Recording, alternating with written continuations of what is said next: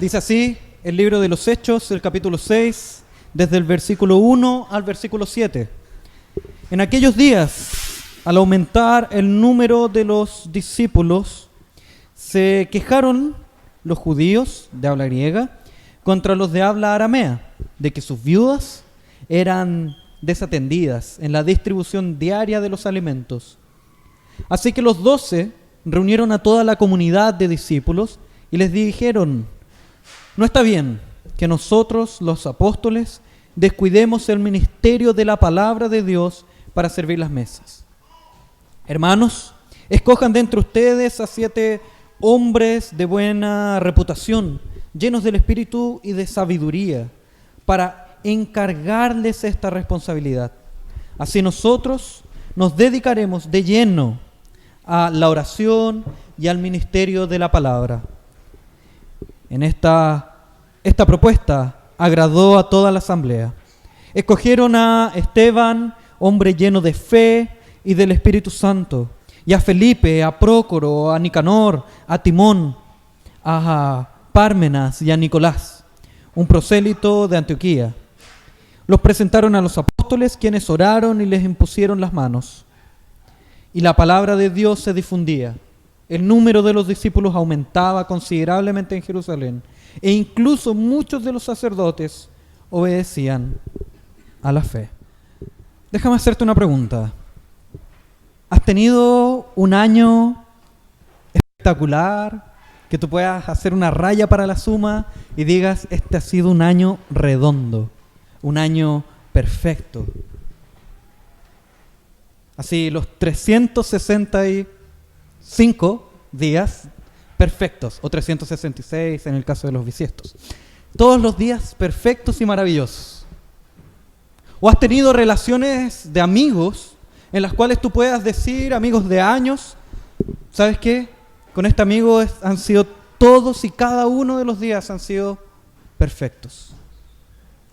O a lo mejor en tu relación de pareja tú puedas decir: ¿sabes qué? Con mi pareja no hemos tenido ninguna discusión en los 40 años que llevamos juntos. No ha pasado un día en el cual hayamos tenido un problema. Yo no recuerdo un día o una noche en la cual nosotros nos hayamos acostado peleados. O hayamos despertado con caras feas. Algunos más que otros, pero esos son detalles. ¿Puedes recordar momentos así? Puedes levantar la mano y decir: ¿sabes qué? Yo he tenido, todos los días de mi vida han sido perfectos. Creo que pocos, por no decir nadie, se atrevería a levantar la mano. ¿Sabes por qué? Porque estamos quebrados. Esta es la historia constante de las Escrituras, que todos y cada uno de nosotros estamos quebrados, que no hay perfección. Nuestro corazón nos grita a nosotros mismos que somos imperfectos. Al ver a los demás y las relaciones que establecemos, a pesar de que tengamos las mejores intenciones, herimos. Y a pesar de que aquellos con los que nos relacionamos tengan las mejores intenciones para con nosotros, a veces también salimos heridos. Porque estamos absolutamente quebrados. Y un poco es eso también lo que nos relata el libro de Hechos. Nosotros podíamos ver y avanzar en los capítulos anteriores cómo todo avanzaba de forma perfecta. Cómo la iglesia crecía de 3.000 hombres que se convertían, luego 5.000, y todo era perfecto. Cómo veíamos el testimonio de Pedro y Juan, donde ellos testificaban, ellos hablaban de las buenas nuevas, hablaban del evangelio de Jesús y sufrían persecución. Y aún así, como nos decía el presbítero Abel la semana pasada, luego de sufrir persecución, luego de sufrir latigazos, luego de sufrir por causa del nombre, ellos salían gozosos por haber sido tenidos por dignos de padecer afrentas por causa del nombre de Cristo. Y nosotros leemos esas historias, nos miramos a nosotros mismos y nos vemos como en un nivel inalcanzable. Vemos esas historias como inalcanzables. Vemos esas historias como casi poéticas, de un ideal heroico que no somos capaces de alcanzar. Pero a pesar de que se nos cuenten estas historias maravillosas de hermanos como nosotros que sufrían por causa de la predicación del Evangelio y que continuaban ardientemente predicando el Evangelio, también vemos relaciones quebradas. Entre medio nos encontramos con Priscila y Áquila, que se vendieron al dinero, que se entregaron a la magnitud del pecado de su corazón, a los deseos pecaminosos de su corazón. Pero podemos ver esa historia y decir, pero fue solo un par de personas dentro de toda la iglesia. Pero es aquí, en estos primeros versículos del capítulo 6, donde se nos muestra que la iglesia también cae, que la iglesia peca, que de hecho estas personas están igual de quebradas que cada uno de nosotros. Y como en este avance histórico de hechos donde todo se ve maravilloso, también hay puntos negros, también hay momentos oscuros, también hay momentos que reflejan los quiebres de nuestro corazón, aquellos rasgos de nuestro corazón que están completamente destruidos. Y aquí vemos uno de los primeros problemas a nivel general en la iglesia. Y por eso el texto comienza diciendo en aquellos días, como queriendo remontar nuestra memoria a estos días perfectos, donde se nos muestra una iglesia prácticamente perfecta y que está dispuesta a sufrir y dar hasta la sangre por el Evangelio de Cristo. Y es en esos días que parecen perfectos y llenos de la luz y de la sal del Evangelio, es que se nos cuenta una historia de quiebres. Se nos dice que aumentaba el número de los discípulos. Se quejaron los judíos de habla griega contra los de habla aramea, o sea, los judíos de habla griega contra los hebreos. Y es aquí donde vemos la primera división de la iglesia, la primera disputa de la iglesia, el primer problema de esta iglesia. Entonces, a partir de este capítulo 6, de los versículos 1 al 7, nosotros vamos a ver esta primera dificultad en los primeros 2 versículos. Después, en los versículos 3 al 6, vamos a ver una solución que fue propuesta a este problema. Y después, al final, versículo 7, el resultado de esta solución. Cómo enfrentar este problema, cómo enfrentar este quiebre en la iglesia, y no solo el quiebre en la iglesia, sino que en el quiebre del corazón de cada uno de los hombres, de cada uno de los discípulos. Con discípulos me refiero a todos los cristianos que ahí estaban reunidos. A esta iglesia que estaba dividida en 2. Y es ahí donde se genera un problema a partir de viudas, un problema súper doméstico. Viudas que eran descuidadas. Un problema que uno podría decir, pero es un problema simplemente de dar unas lucas para allá y otras lucas para acá. De dar una cierta cantidad de dinero para un lado y distribuirla mejor. Pero el problema real es del corazón. Y es ahí donde se nos muestra que en la distribución diaria de los alimentos había cierto grupo de viudas que estaban siendo desatendidas. Y es así que los 12 reúnen a toda la comunidad, yo estoy leyendo el texto, puede ir allá, de discípulos, y les dijeron: no está bien que nosotros los apóstoles descuidemos el ministerio de la palabra de Dios para servir a las mesas. Entonces el primer problema que vemos es el de división de la iglesia.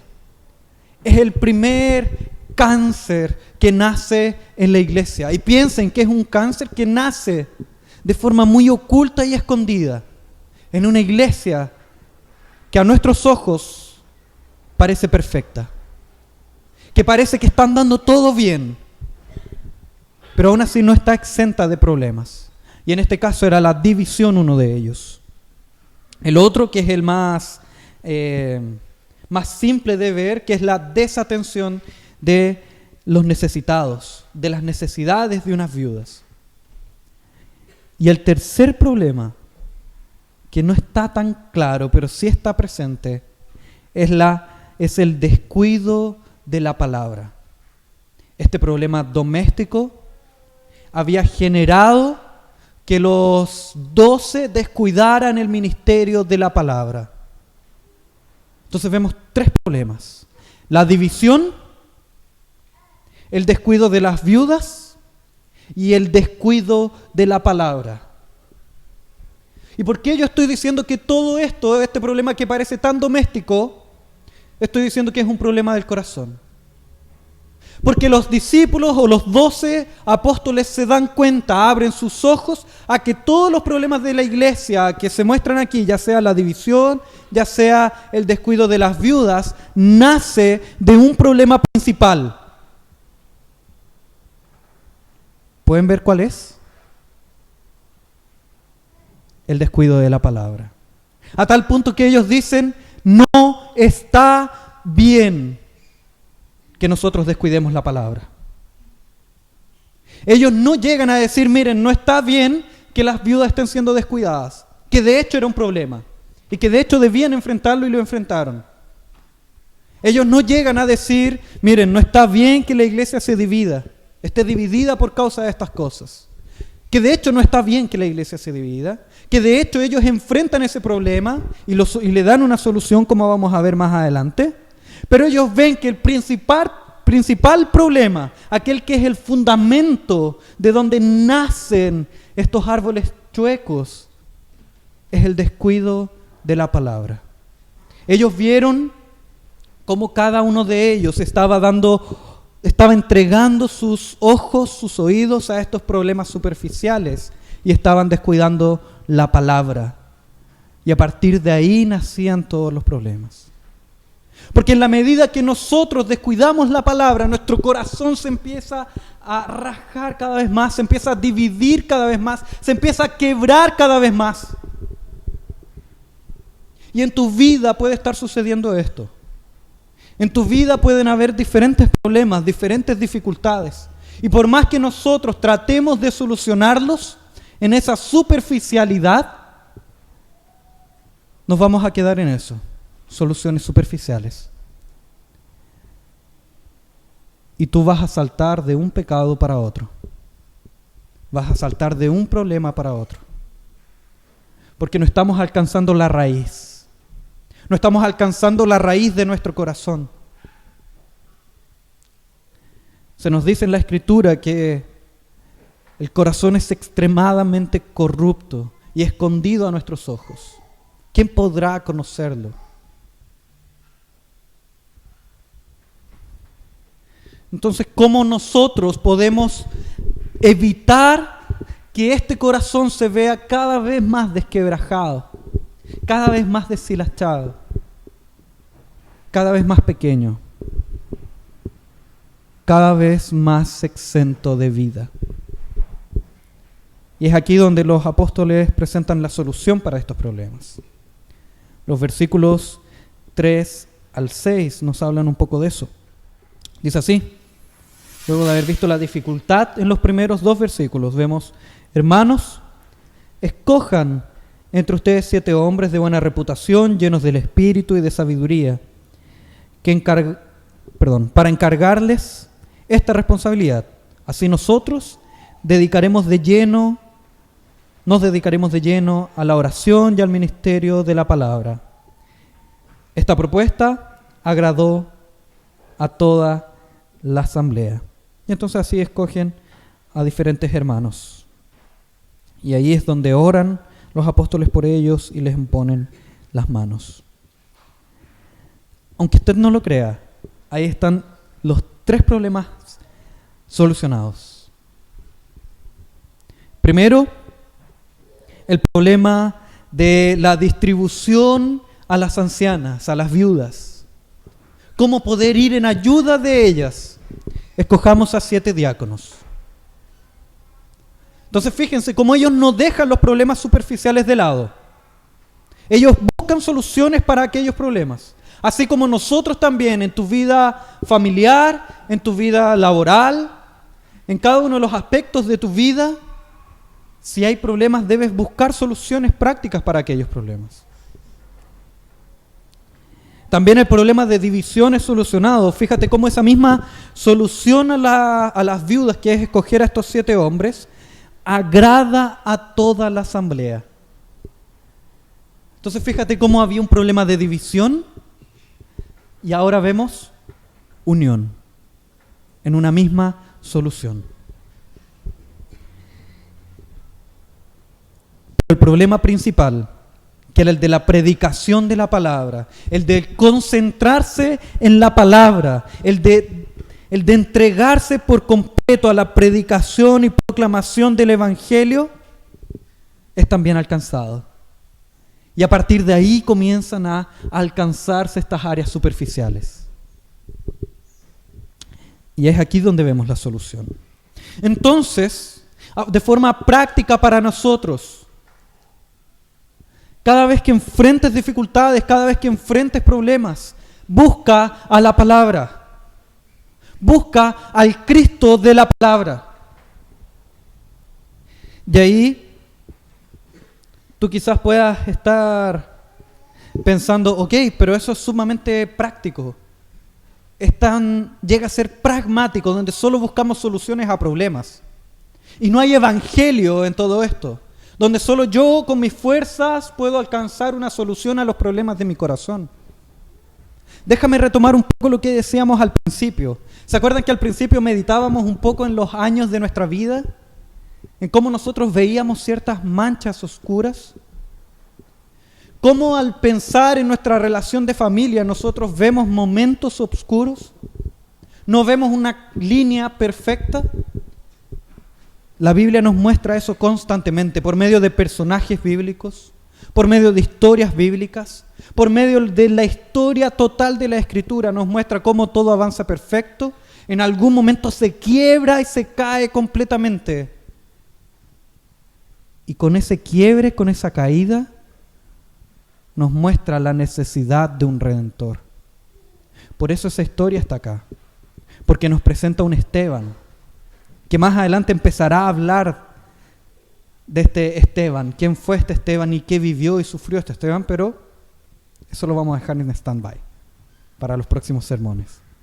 Por ahora, saber que cada uno de nosotros tiene estos momentos horribles, oscuros, para poder mostrarle a nuestro corazón la necesidad absoluta de un Redentor. La necesidad absoluta de un Cristo. La necesidad completa y eterna de una cruz. Así como más adelante se nos mostrará un hombre que logra ver en su momento más oscuro una pequeña luz que cada vez se hace más grande e ilumina toda su vida. Y así como constantemente en la Escritura se nos muestran momentos horribles y oscuros, llenos de pecado, que nos llevan a arrodillarnos y entender que necesitamos de un Redentor. Esta misma historia logra hacer exactamente lo mismo, mostrándonos que esta iglesia no es perfecta, que esta iglesia que a todas luces hasta el capítulo 5 parecía una iglesia perfecta y maravillosa, una iglesia que se entregaba hasta la sangre, también era una iglesia pecadora, también era una iglesia divisionista, también era una iglesia que buscaba sus propios intereses, también era una iglesia que tendía a distanciarse de la palabra, pero que necesitaba profundamente de Cristo, así como nosotros también lo necesitamos. Así como tú en tu vida, con tu pareja, con tu esposa, con tu esposo, necesitas desesperadamente de Cristo en los momentos grises, en los momentos oscuros. Así como en nuestra vida nosotros necesitamos de Cristo en los momentos más oscuros y más necesitados. Así como podemos ver en nuestra vida como a pesar de que nos esforcemos, a pesar de que corramos con todas nuestras fuerzas en pro del Evangelio, van a haber tropiezos, van a haber caídas, porque aún estamos quebrados. Aún tú y yo estamos quebrados. Y por esa razón, tú me herirás y yo te heriré. Y herirás a cada uno de los que están aquí presentes. Necesitamos de Cristo. Necesitamos de sustentar nuestras relaciones en Cristo. Necesitamos de sustentar nuestra relación como iglesia en Cristo y en su palabra. Y el apego a la palabra será aquello que redimirá nuestro corazón. Porque Cristo es el Verbo encarnado. Y mientras más cerca estemos de este libro, más cerca estaremos de la obra de Cristo en nuestros corazones. Versículo 7 nos habla del resultado. Vimos cómo en los primeros 2 versículos se nos plantea una dificultad de división en la iglesia, una dificultad de desatención de viudas, pero principalmente una dificultad en el sentido de un descuido de la palabra. Después se nos presenta la solución, donde se ataca el tema de la unidad, el tema de las viudas, pero principalmente hay una dedicación a la palabra. ¿Y cuál es el resultado de esta dedicación a la palabra? Versículo 7. Vean cómo dice el texto: y la palabra de Dios se difundía. El número de los discípulos aumentaba considerablemente en Jerusalén, e incluso muchos de los sacerdotes obedecían a la fe. Como muchos de los sacerdotes judíos, de aquellos que eran más cercanos al pueblo judío y más lejanos de la obra de Cristo, ellos llegaban a creer. Vemos cómo la dedicación a la palabra hizo con que ésta se expandiera mucho más, con que más gente llegara a conocer la palabra de Cristo, más gente llegara a conocer y a aferrarse a la cruz de Cristo. Más gente llegara a aceptar este mensaje. Pero al mismo tiempo, como esta palabra se expande en distancia y no solo alcanza más gente, sino que más lugares. Dedicación a la palabra de Dios es aquella que alcanza. Es la predicación de la palabra, aquella que convierte los corazones. No es nuestra capacidad de argumentar, no nuestra capacidad de convencer, no nuestra capacidad de hacer buenas obras. Todas aquellas cosas son muy buenas. Son como aceite que permiten el mejor paso del mensaje. Pero no son estrictamente necesarias. Porque aquello que convierte el corazón de los hombres es la predicación de la palabra auxiliada por la obra del Espíritu Santo. Es el Espíritu Santo aquel que doblega las rodillas de los hombres. Es el Espíritu Santo aquel que transforma el corazón de cada uno de los hombres que está fuera de estas 4 paredes.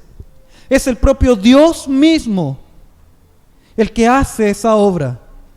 Y a nosotros se nos da el privilegio de ser testigos de esta misión del Espíritu Santo, de esta misión del propio Dios. Se nos da el privilegio de llamar a aquellos que han sido escogidos por Cristo, de contarles a aquellos que no lo saben, que han sido llamados a ser amados por un Dios santo, por un Dios misericordioso. Se nos ha dado este tremendo privilegio. Y por diferentes métodos que utilicemos, debemos tener siempre claro que el mayor método es la predicación de la palabra. Y con esta predicación de la palabra, Tampoco quiero restringirla a aquellos que no han sido convertidos afuera de estas 4 paredes, sino que también quiero que alcancemos a aquellos que no han sido convertidos dentro de estas 4 paredes. Aquellos que han sido llamados por Dios, han sido escogidos por Dios desde antes de la fundación del mundo, pero aún no saben que han sido llamados. Aún no saben que son hijos de Dios.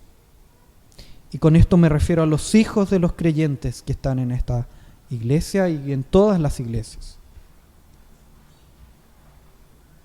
Cuán grande necesidad nosotros tenemos de predicar el Evangelio a cada uno de los pequeños de nuestra iglesia. Cuán grande necesidad incluso tenemos de predicarles de esta cruz a cada uno de nosotros. Porque veamos y recordemos un poco lo que decíamos antes, lo que generó todos estos quiebres, lo que generó todas estas caídas, lo que generó todo este problema en la iglesia, fue aquello que los discípulos llamaron que no está bien.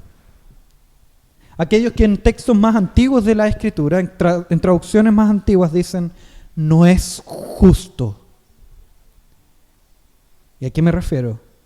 A la predicación de la palabra. No predicación desde el púlpito necesariamente, sino que predicación en cada uno de los momentos de la vida de la iglesia. Predicación de la palabra tú en tu hogar. Con seguridad hay problemas en tu hogar. No lo digo porque te conozca más o te conozca menos. Lo digo porque nosotros como seres humanos tenemos un corazón quebrado. Y eso va a generar divisiones en tu hogar, va a generar problemas en tu hogar. ¿Y sabes por qué eso ocurre? En última instancia, o en lo más profundo, en lo más radical, en la raíz más profunda, porque hay una carencia de la palabra de Dios. Porque hay una necesidad de la palabra de Dios. O porque simplemente la palabra de Dios ha sido cerrada y lanzada lejos de tu vida, de tu familia.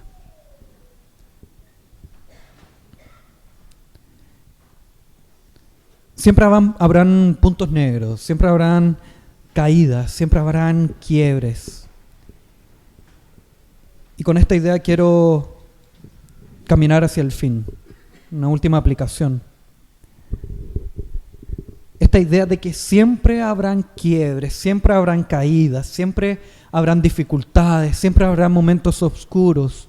También quiere enseñarles otra cosa a nuestro corazón. Además de buscar la palabra de Dios, teológicamente esto quiere enseñarles algo a nuestro corazón. Y tú te preguntarás, ¿qué puedo aprender con todo eso? Una nostalgia de algo que nunca tuviste, por así decirlo. ¿Cuál es esa nostalgia? ¿Has sentido alguna vez nostalgia por un pariente querido que no ves hace mucho tiempo? ¿Has sentido nostalgia alguna vez por a lo mejor un ser querido que ya partió? ¿Has sentido nostalgia por alguien que amabas pero que ya no tienes cerca? Por un padre, una madre, abuelos, a lo mejor un hijo que partió. Esta idea de que todo está bien, pero caemos, todo está bien, pero caemos, quiere enseñarles a nuestro corazón esta idea de que no debería ser así. De que debe llegar un momento en el cual todo sea solucionado. Debe llegar un momento en el cual no haya más caídas. Debe haber un momento en el cual ya no haya más quiebres en mi corazón. Debe existir algún lugar donde estas cosas no sucedan. Debe existir algún momento, algún tiempo, algún lugar, alguna dimensión en la cual yo ya no sufra, en la cual yo ya no me enoje, en la cual yo ya no tenga que sufrir por causa de mi pecado, en el cual yo ya no tenga que sufrir por el pecado de los otros, en el cual yo ya no tenga que sufrir pérdidas, en el cual yo ya no tenga que sufrir por estas caídas, por estos quiebres en mi corazón. Debe existir algún lugar en el cual mi pecado ya no afecte más a tanta gente. Debe existir algún lugar en el que el pecado ya no me ataque más, en el que no haya más tentación. Debe existir algún lugar donde no haya obscuridad, donde no haya más llanto ni dolor. Debe existir algún lugar así. Y es ahí donde viene el Evangelio. Por eso la Biblia está construida de esa forma. Por eso aparecen estas historias de quiebre donde todo va bien, donde todo va perfecto, donde todo va maravilloso, para mostrarnos una necesidad, para mostrarnos una carencia de nuestro corazón, para mostrarnos de esa cruz, pero no cualquier cruz, sino que una cruz vacía, de un Cristo que ha resucitado, de un Cristo que se ha marchado y que por el cual sentimos nostalgia y el cual deseamos que vuelva pronto, porque Él nos ha prometido que se va por un poco de tiempo a prepararnos lugar, a prepararnos una morada celestial. Y es ese el lugar el cual nosotros anhelamos con estas historias de quiebre, estas historias tristes, negras y oscuras. Porque ahí empezamos a anhelar con nuestro corazón cada vez más ese momento en el que Cristo vendrá, en el que ya no habrá más llanto ni dolor, en el cual ya no habrá muerte, porque ya la muerte habrá sido completamente destruida. ¿Por qué poder? ¿Por mi poder? No, por el poder de Cristo, en el cual ya mi pecado no existirá, en el cual podré ver a Cristo y a Dios el Padre cara a cara, en el cual esta visión del Padre será completamente la de Isaías. Isaías sentía ganas de morir cuando ve al Padre, cuando ve la gloria de Dios. Él entendía que debía estar muerto en ese momento. Y ahora anhelamos un momento en el cual nosotros podremos verlo cara a cara sentado en su trono. Y no sentiremos esta sensación de muerte por nuestro pecado, sino que alegría brotará, fluirá de nuestro corazón. Porque no hay más muerte, no hay más dolor, no hay más llanto. Por eso están esas historias aquí. Por eso aparecen esas historias que quiebran el texto. Por eso aparecen esas historias que parece que uno no sabe de dónde salieron, donde va todo perfecto y de repente de un tropezón nos caemos de frente en el suelo y destruimos nuestro corazón en 1000 pedazos. Porque a partir de ahí podemos anhelar una historia mejor. Estamos pasando por momentos horribles en nuestro país, momentos que a ninguno de nosotros le gustaría. Pero esos momentos también deben generar esto en tu corazón. Estos momentos oscuros que incluso ocurren en el mundo deben generar en tu corazón un anhelo, una nostalgia por algo que vendrá, que es la segunda venida de Cristo. Y eso es lo que te invito a anhelar en este momento. Si bien el texto nos muestra cómo enfrentar problemas presentes, que es por medio de la palabra, pero te invito a que busques en esta palabra enseñarle a tu corazón este anhelo, enseñarle a tu corazón este deseo porque la obra de Cristo en la cruz sea completada en su retorno. Te invito a alegrarte en momentos difíciles como el que vivimos. Te invito a alegrarte en momentos difíciles como los que tú vives en tu vida, en tu familia, en tu trabajo, porque te hacen anhelar un momento en el cual todas esas dificultades no existirán más. Te hacen anhelar la venida de Cristo, de ese Salvador y Redentor, donde todos estos puntos oscuros desaparecerán de una vez por todas. Entonces te invito a orar en este momento, a que podamos orar juntos, deseando y anhelando una segunda venida. Porque es ahí donde de verdad todo el pecado desaparecerá, todos los problemas de este mundo desaparecerán, solo por medio de la obra de Cristo. Es por donde todos estos momentos oscuros que quiebran una narración, que quiebran una historia, ya no existirán. Oremos.